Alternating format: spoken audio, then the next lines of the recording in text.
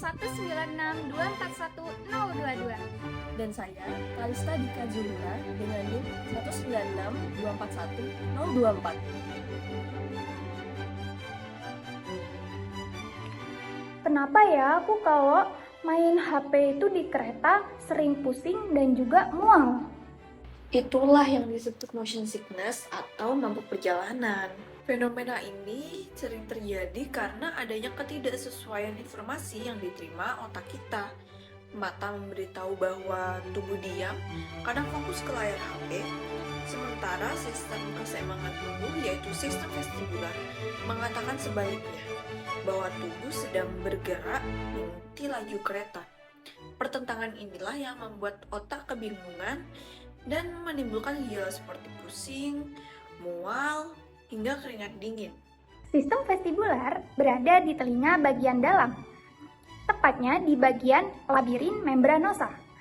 Ada 3 komponen penting yang bekerja sama untuk menjaga keseimbangan, yaitu yang pertama, kanalis semisirkularis, terdiri dari 3 saluran berbentuk setengah lingkaran yang saling tegak lurus.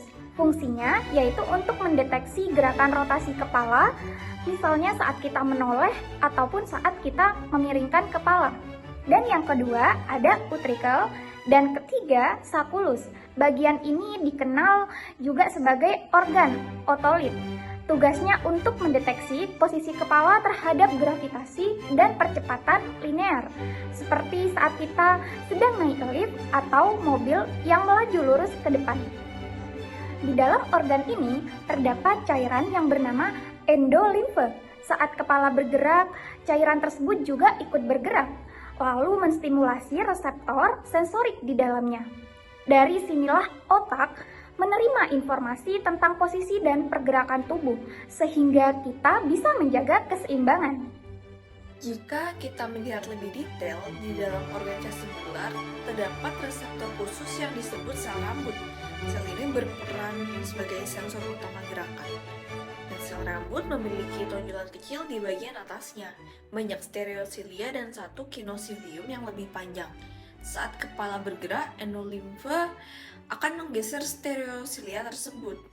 Jika stereosilia menekuk ke arah kinosilium, sel rambut menjadi aktif dan menghasilkan sinyal. Jika menekuk menjauhi kinosilium, sel menjadi terhambat. Mekanisme ini memungkinkan gerakan mekanik sederhana diterjemahkan menjadi sinyal listrik yang bisa dipahami sistem saraf.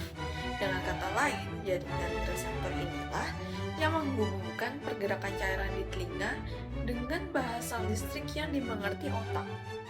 Nah, sekarang kita lihat lebih dalam lagi sampai ke level sel dan juga molekul. Ketika stereosilia menekuk ke arah kinosilium, saluran ion mekanosensitif pada membran sel rambut kan terbuka. Ion kalium yang banyak terdapat di endolimfe masuk ke dalam sel menyebabkan depolarisasi membran. Depolarisasi ini kemudian membuka saluran ion kalsium.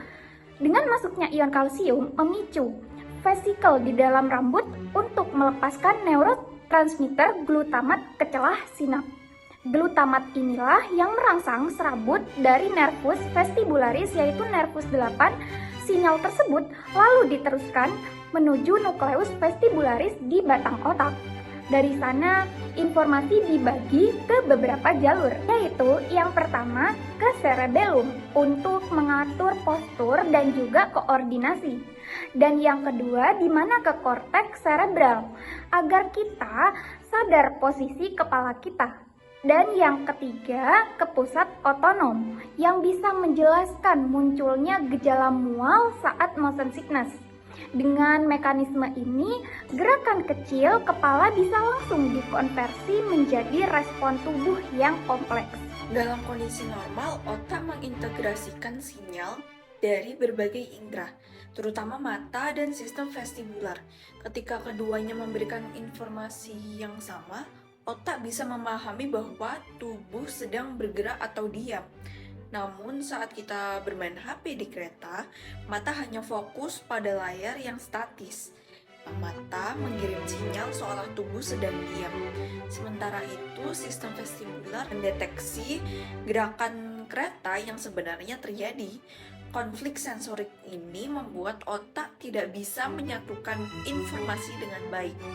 Akibatnya muncul gejala khas motion sickness, rasa pusing, mual, keringat dingin, bahkan ada yang sampai muntah. Jadi gejala ini sebenarnya berasal dari kebingungan otak dalam mengolah data yang saling bertentangan. Di penelitian terbaru juga memberikan bukti ilmiah tentang hubungan antara sistem vestibularis dengan motion sickness. Salah satunya melalui pemeriksaan vestibular evoked myogenik potensial atau bisa disebut dengan VEMP, yaitu tes klinis yang menilai fungsi organ otolit.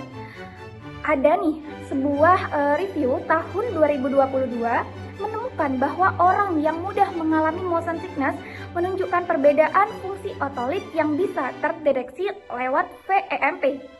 Artinya, ada dasar fisiologis yang nyata, bukan sekedar sugesti yang membuat sebagian orang lebih rentan mabuk perjalanan dibanding yang lain. Gangguan pada sistem vestibular tidak hanya menyebabkan motion sickness, tetapi juga dapat menimbulkan vertigo, gangguan keseimbangan, hingga meningkatkan risiko jatuh pada lansia.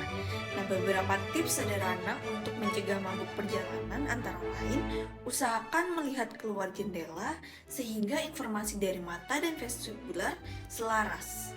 Hindari menatap layar gadget terlalu lama saat kendaraan bergerak. Berikan waktu istirahat jika gejala mulai terasa. Kesimpulannya, sistem vestibular dapat diibaratkan sebagai GPS tubuh kita. Ia terus memberitahu otak tentang posisi dan pergerakan kita. Jika terjadi ketidaksesuaian dengan indera lain, otak jadi bingung dan muncullah motion sickness. Maka, menjaga keseimbangan tubuh sangatlah penting, terutama saat kita sedang bepergian.